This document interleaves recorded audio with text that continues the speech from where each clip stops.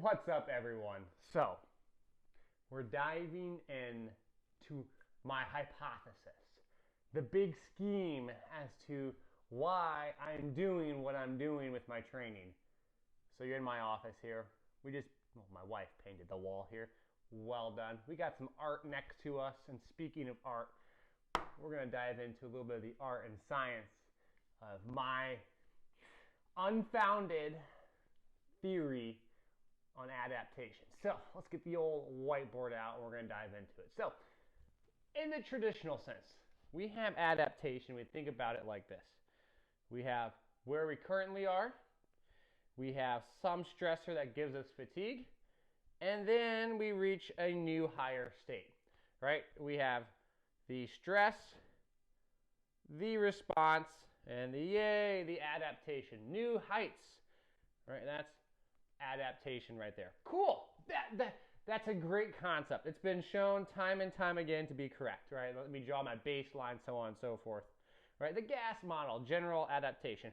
Now, I kind of think this has been a little bit misunderstood. This is an outrageous extrapolation. Just bear with me, though. Not misunderstood in the sense that this isn't correct. I do think there's a stress, there is some fatigue, and some adaptation.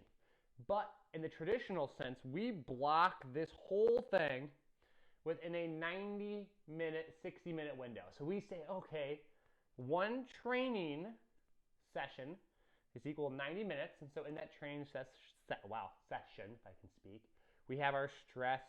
Then afterwards, we have our response and adaptation. What interests me is this magnitude of depression, that stressor. So let me get rid of this really quick as I wipe it off my t-shirt because I was ill-prepared, and now I'm starting the video, and I can't stop, and so whatever. I'm curious about this depression, right? The amount of stress that occurs from baseline to, well, not baseline, fatigue. And I'm curious as to whether or not that portion right there can be manipulated in a way that we don't have such an excessive stress response. And here's what I mean by that. In this traditional sense, it's almost like punting a ball. You punt it, and you punt it across the field to get adaptation. Now what I'm trying to do, I'm basically taking my training session, my one training block, and I'm splitting it up throughout the day, over and over again. And so I'm hoping is that at no point in time am I causing a major depression or reduction in my physical ability. I am not allowing my heart rate to get super high. I'm not allowing myself to get overly psychologically revved. I'm not playing super loud music and getting pumped up. I'm trying to reduce, push down all of those excessive stressors. But I'm still trying to do maximal intent movements.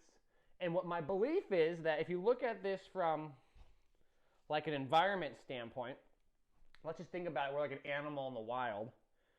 We don't have one single event, let's just mark this, that dips our physiological system down and then we recover.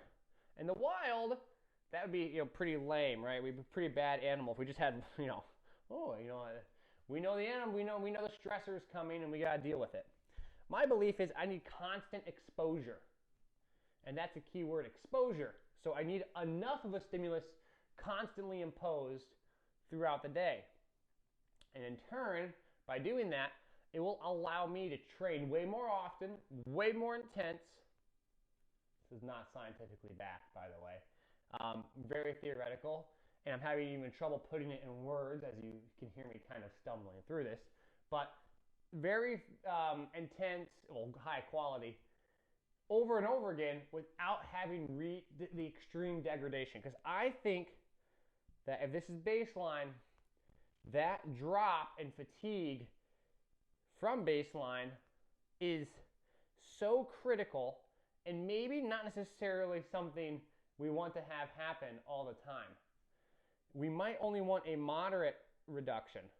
And nutritionally, right, we can mitigate this. Psychologically, we can mitigate this, right?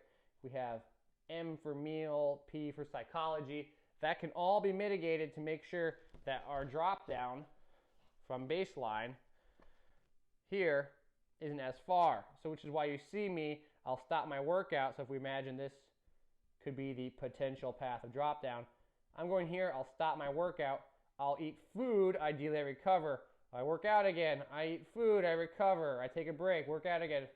So now, at no point in time am I dropping below to a point where I would if I had one single big workout.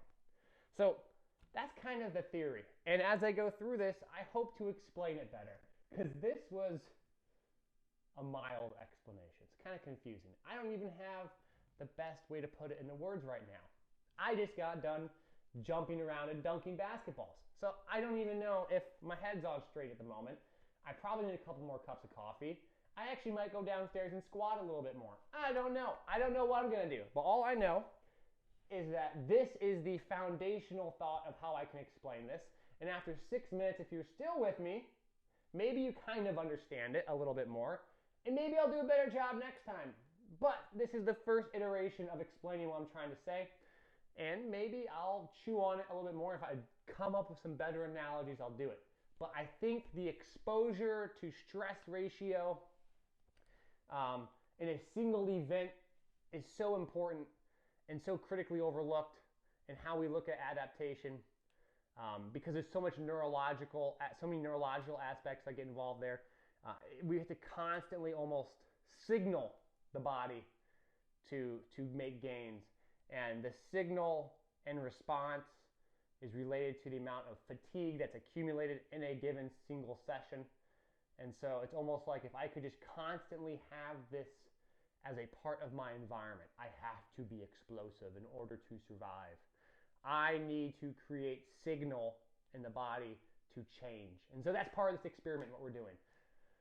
I hope it works. So far, I look pretty athletic, pretty cool. Appreciate you guys hanging in there. Hopefully this made sense. I don't know. Maybe it did, maybe it didn't. But we're in my office, so you get to hang out with me and see what happens. So I appreciate y'all. As always, subscribe, like, share, follow, do what you do on YouTube. Appreciate you guys. Take care.